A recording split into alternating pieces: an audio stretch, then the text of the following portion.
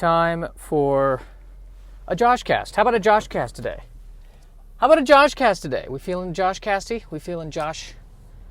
Feeling it, Josh? Josh, we want to talk Joshcast? I was about to try to riff off of different ways of saying Joshcast, but I'm afraid that's too close to what Mark Maron does when he starts his podcast. And I want to be original. I want to be original. And that voice is the least original voice I could do. So I'm really only down to doing this once a week, which I think is enough. And I also have my other podcast starting up, which is called the Sci-Fi Podcast. I've done 2 episodes. I've only fallen asleep in one of them. Because I was recording the episode Foundation by Asimov, which is a great read. I enjoyed reading it. I don't want this to come off sounding like it's Asimov who has the problem. It was when I was just trying to read the Wikipedia article about it that I found myself at one point dozing while talking. Something I've never experienced before and hope to never experience again. Maybe I shouldn't have put that podcast online, but I did, and you should listen. And I also changed the name of the I changed the spelling. Originally, I was going to spell it S-N-Y-F-Y, which makes sense, because it's a riff on what the Sci-Fi Channel is doing. But then I said, no, I want to spell it properly, the way sci-fi should be spelled. So then I spelled it S-N-Y-F-I, which suddenly I couldn't. It became too confusing. S-N-Y-F-Y makes somehow more sense to spell it out or to talk it out. So I went back to that. So you should be able to find... Oh, and I also submitted it to iTunes. Hopefully it will be accepted. I wonder if they have to listen to the whole thing in order to accept it. Poor bastards. Poor bastards. So what am I talking? I'm taking a new route to work. I discovered this new route. It circumvents the route I was taking where everyone is trying to get on the freeway.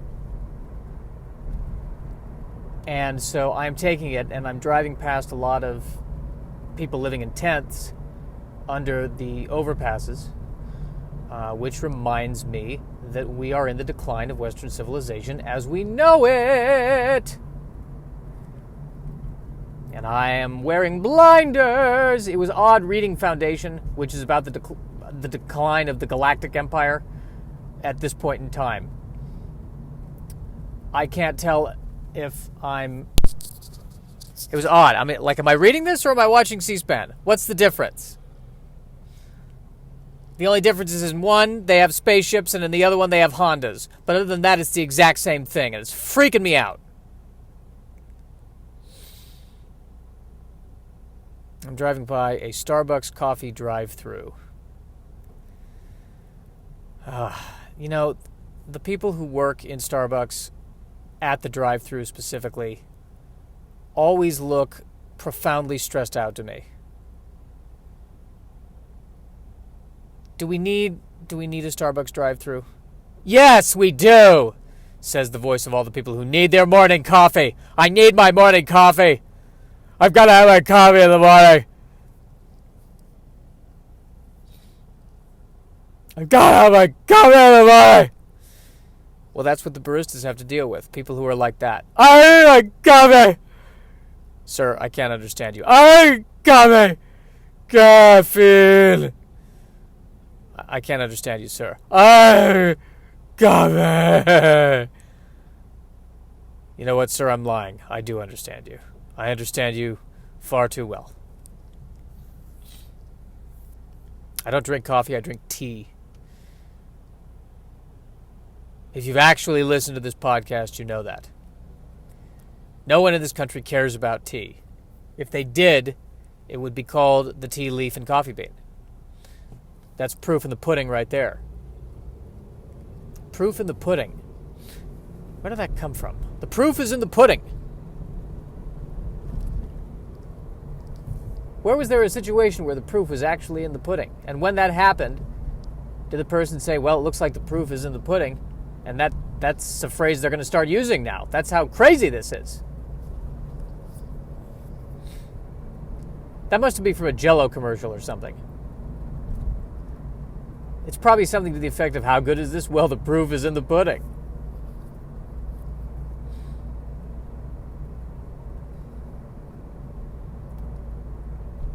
And it works because there's an alliteration. Proof pudding.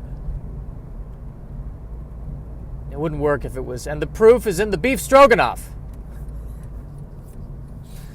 But I like that one better. Can I use that one? Well, the proof is in the beef stroganoff. What? The proof is in the pudding. It's just I'd rather say beef stroganoff. But it doesn't alliterate. Well, I march to the tune of a different bassoonist. There, you see, you're doing it again.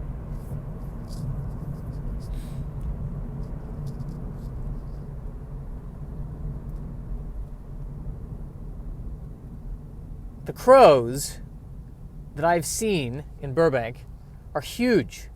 Maybe all crows are huge, but there's something about the Burbank crows. Specifically, there's 3 crows that live around the police station.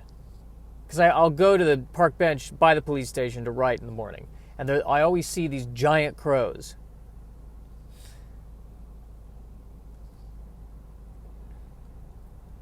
And I feel for the crows.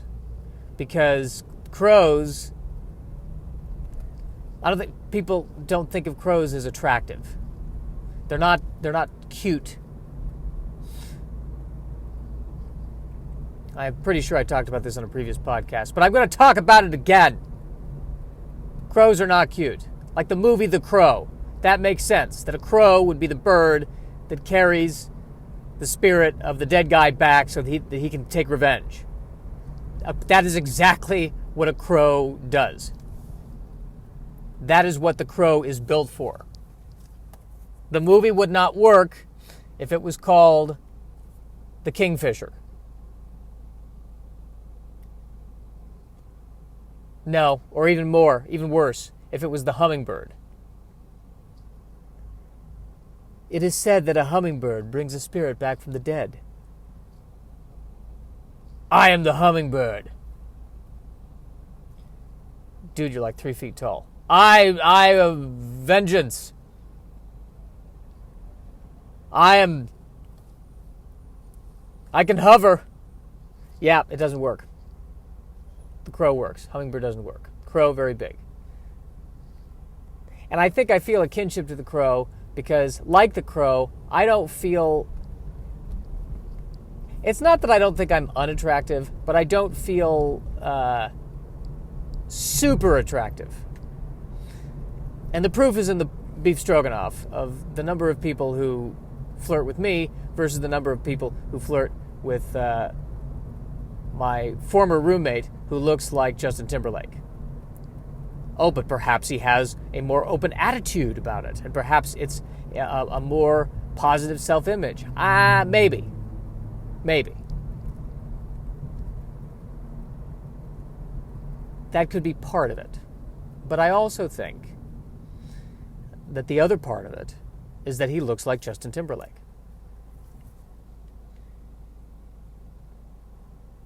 But he's like I've noticed. Here's the other thing. I've noticed when I look at some of these Tinder profiles that there are ladies who say, I only want someone who's 6'1" or taller. I'm 5'6".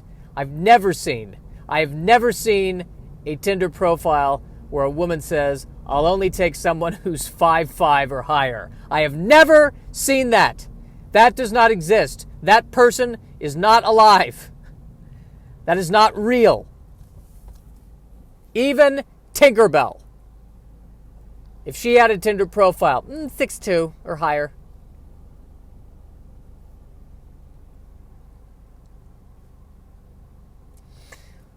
I'm driving by a street that's called Willowcrest.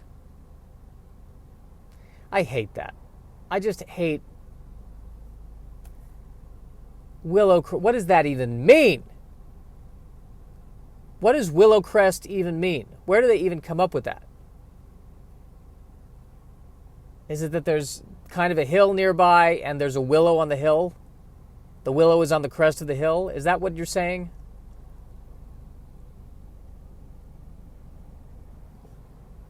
I mean, at least a sign that's a name. All right, that makes sense. There was, maybe a city councilman or something who contributed something. That makes sense. But Willow Crest, what does that even mean?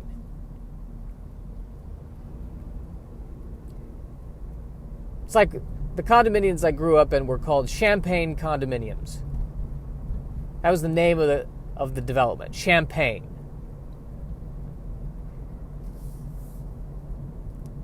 You don't drink champagne when moving into these condos.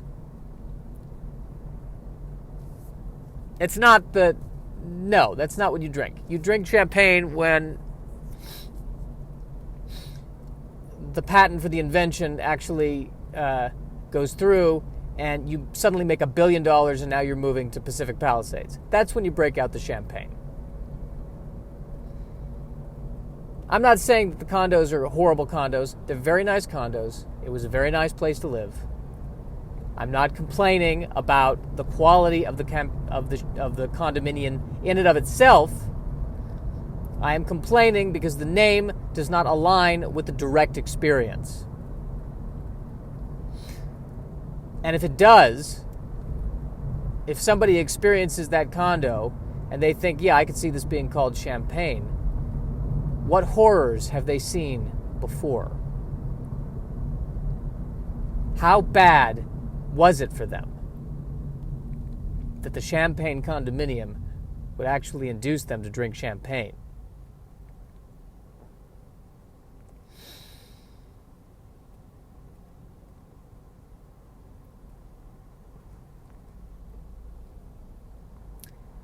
Currently driving in the Magnolia Park neighborhood.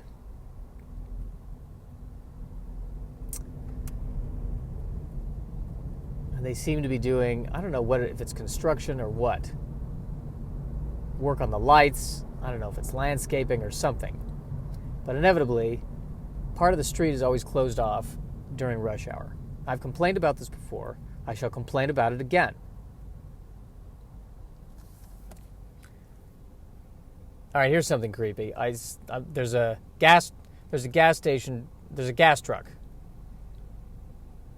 And I had a dream last night where I'm in the car with my parents, and we're driving down the freeway, and we see 3 semi-trucks get into an accident in front of us. And we stop in time, so we're not in the accident, but we're watching it happen.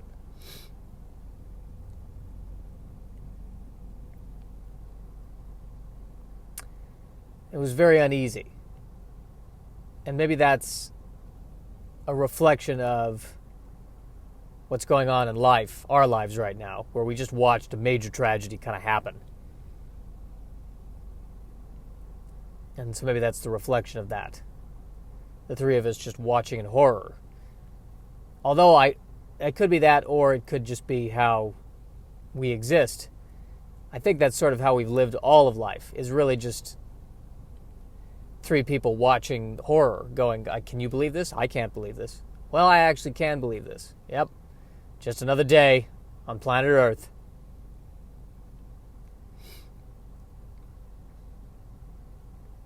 I see a banner for a holiday spectacular.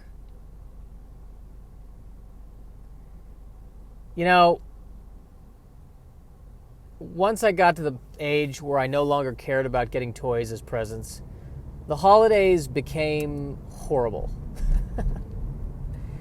And it has not changed since. It has not changed one iota.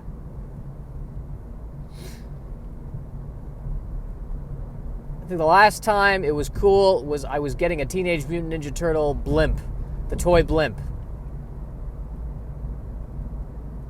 That was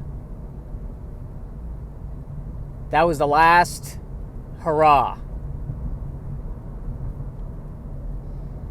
And then after that, it's been a slog of horrors.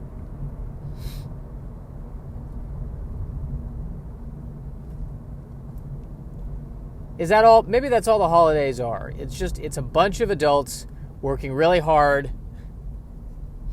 to make 5-year-olds happy for a day.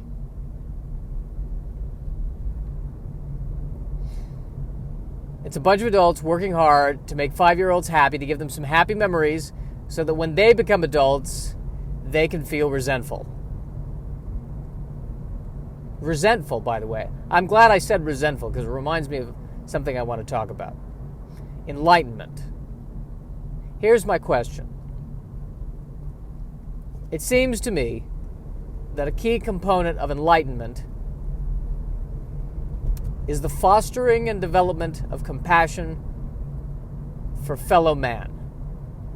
And my question is it okay? Is it permissible? Is it acceptable? Is it possible? Is it conceivable to attain enlightenment and still resent people? Because if it is,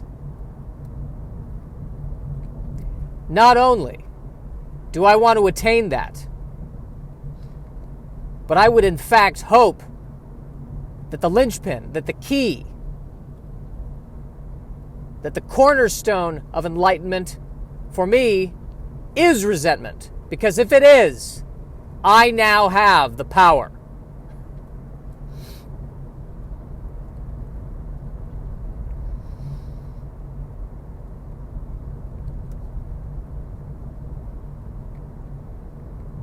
Because I've been meditating. And I noticed yesterday when I was meditating that I was just beginning to notice how much of my negativity and negative feelings was stemming from negative thoughts about things, about people, etc. And I was somehow yesterday able to carry that into the rest of the day and just notice when I was starting to think negatively and just say, hey, that's thinking. And it kind of helped me get out of it. But there was a particular person who I started to have negative thoughts about. And then I said to myself, I'm thinking. And then I said to myself, but can I continue having negative thoughts? Do I have to let this go? And it's like I'm having a conversation with the Buddha. Josh, let the negative thoughts go. But do you know this person? Come on.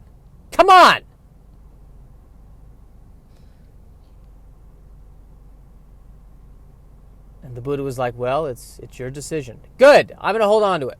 Thank you. Other negative thoughts I'll let go. But this one, can I hold on to it just for a couple more years, please?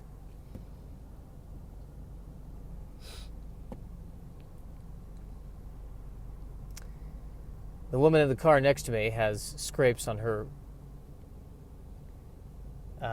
scrapes near her tires. I have the same scrapes. Could we be it? Could this woman be the one who also is not a very good judge of spatial relationships? Maybe this is not the one. Maybe I need someone who's a better judge of spatial relationships, so if we have children, the children will be better instead of worse.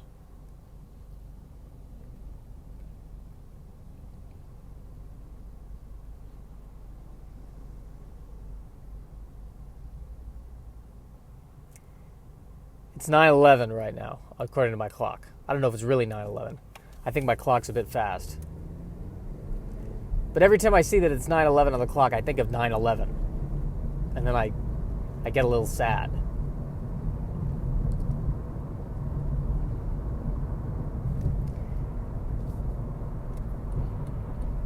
Boy, I remember, I was in college when that happened. Ooh. Scary. Very freaky.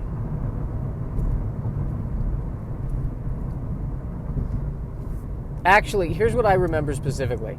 I was in chemistry lab. So I didn't have the chemistry professor, but it was the head of the guy who ran the chemistry lab.